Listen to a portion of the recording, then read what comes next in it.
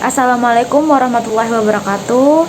Kami dari kelompok 6 akan mempresentasikan mengenai bab 2, yaitu metodologi pengembangan sistem akuntansi.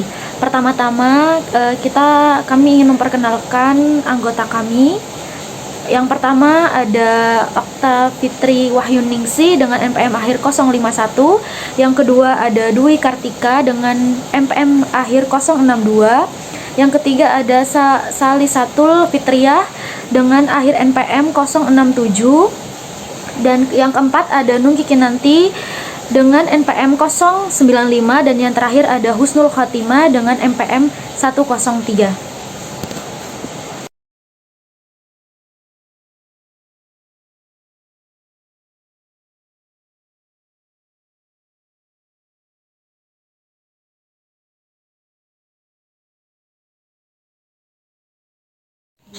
Oke, saya akan menjelaskan tentang analisis sistem. Analisis sistem adalah proses yang digunakan untuk memahami, mendokumentasi, dan mengevaluasi berbagai komponen dalam suatu sistem, baik itu berupa sistem komputer, sistem informasi, atau sistem bisnis. Tujuan utamanya adalah mengidentifikasi masalah, mencari solusi, dan meningkatkan efisiensi serta kinerja sistem tersebut.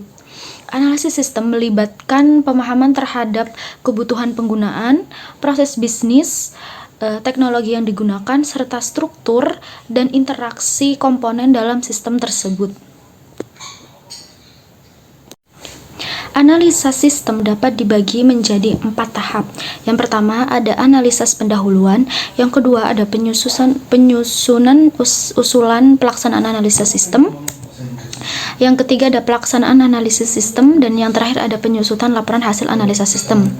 Yang pertama-tama saya akan menjelaskan analisis pendahuluan, bahwa tujuan umum pengembangan sistem akuntansi adalah untuk menyediakan informasi bagi pengelolaan kegiatan usaha baru, untuk memperbaiki informasi yang dihasilkan oleh sistem yang sudah ada, untuk memperbaiki pengendalian akuntansi dan audit internal, dan untuk mengurangi beban klerikal dalam penyelenggaraan catatan akuntansi.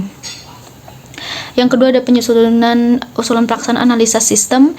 Direncanakan oleh analisa sistem dalam suatu dokumen tertulis yang disebut usulan pelaksanaan analisa sistem adalah untuk mempertemukan pikiran memakai informasi analisis sistem mengenai pekerjaan pengembalian sistem akuntansi.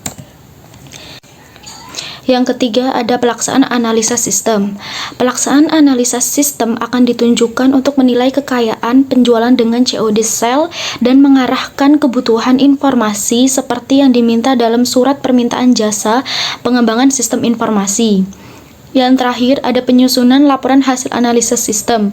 Hasil akhir proses analisis sistem disajikan oleh analisas dalam suatu laporan yang disebut laporan hasil analisis sistem.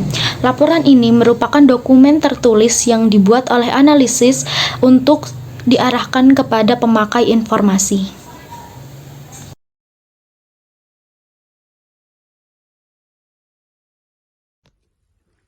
Ada beberapa tahapan dalam desain sistem. Yang pertama, desain sistem secara garis besar, yaitu meliputi desain keluaran, masukan, model, teknologi, basis data, dan pengendalian. Yang kedua, ada penyusunan usulan desain sistem secara garis besar. Usulan desain sistem secara garis besar disusun untuk mengomunikasikan secara tertulis kepada pemakai informasi bagaimana sistem informasi yang dirancang memenuhi kebutuhan. Yang ketiga, ada evaluasi sistem. Dalam tahap evaluasi sistem, analisis sistem menentukan persyaratan yang harus dipenuhi oleh blok teknologi dan menjalankan sistem informasi yang dirancang dan memilih penjual teknologi yang memiliki kemampuan untuk memenuhi persyaratan yang dituntut oleh sistem informasi. Tahapan yang keempat yaitu penyusunan laporan final desain sistem secara garis besar. Berdasarkan hasil diskusi antara pemakai informasi dengan analisis sistem dalam penyajian usaha desain dan evaluasi sistem, analisis sistem kemudian membuat laporan final desain sistem secara garis besar. Tahapan yang kelima yaitu desain sistem secara rinci. Dalam tahap ini, analis sistem melakukan desain rinci untuk masing-masing blok bangunan sistem informasi menjadi bangunan sistem informasi yang mampu memenuhi kebutuhan informasi para pemakai. Tahapan yang keenam yaitu penyusunan laporan final desain sistem secara rinci. Hasil desain rinci sistem informasi ini kemudian disajikan oleh analisis sistem dalam dokumen tertulis yang disebut dengan laporan final desain sistem secara rinci.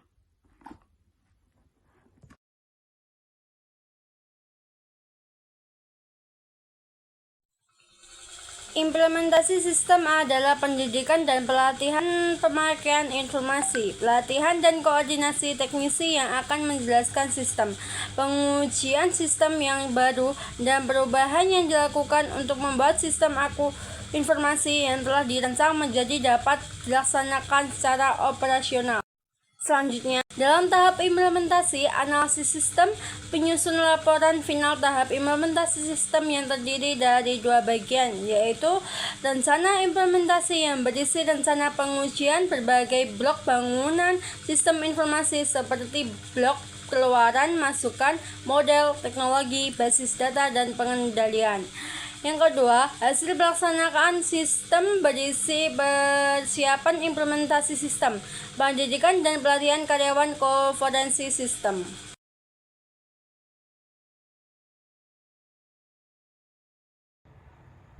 Selanjutnya yaitu simbol untuk pembuatan bagan alir data.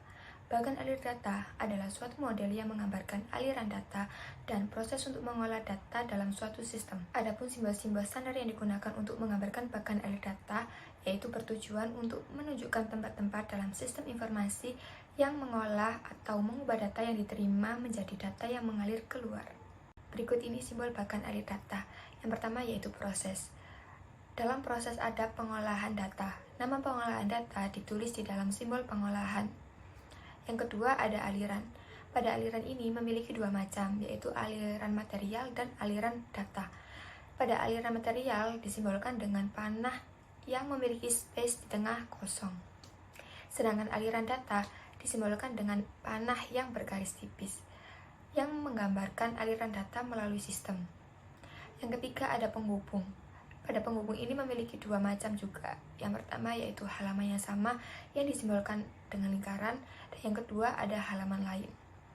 Selanjutnya yang keempat ada tempat penyimpanan data atau arsip yang disimbolkan dengan persegi panjang yang terbuka di ujung kanannya, yang dimana sebagai tempat penyimpanan atau pengambilan data.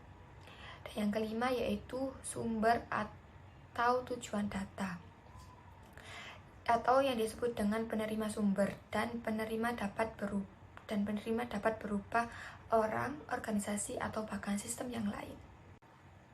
Selanjutnya diberikan sebuah contoh penggunaan simbol-simbol standar bagan alir data untuk melukiskan pengolahan data dalam sistem akuntansi penjualan tunai. Pengolahan data dalam sistem penjualan tunai terdiri dari 4 golongan. Yang pertama yaitu pengolahan data pesanan, yang kedua pengolahan data pengiriman, yang ketiga pengolahan data faktur penjualan, dan yang keempat pengolahan data pengiriman.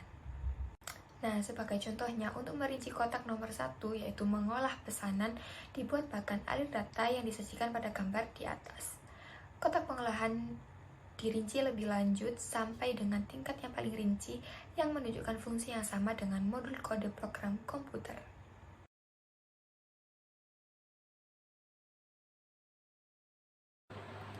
Bab selanjutnya adalah simbol untuk pembuatan bagan alir dokumen.